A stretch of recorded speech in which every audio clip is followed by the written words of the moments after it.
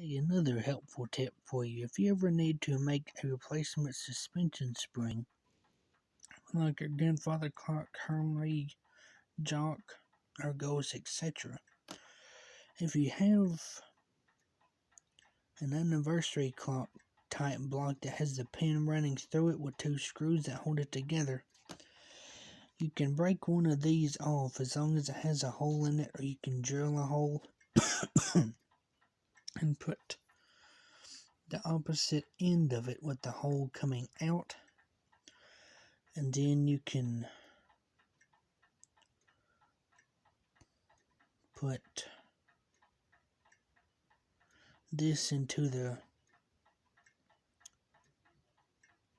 suspension spring slot and put your tapered pin or whatever holds it on through it. Then there you go. Oh yeah, and I should explain that what you have to do is loosen those screws in the block just enough to get this in, then retighten it, and obviously make sure the suspension spring is the right length. I hope this helps you. Thank you for watching.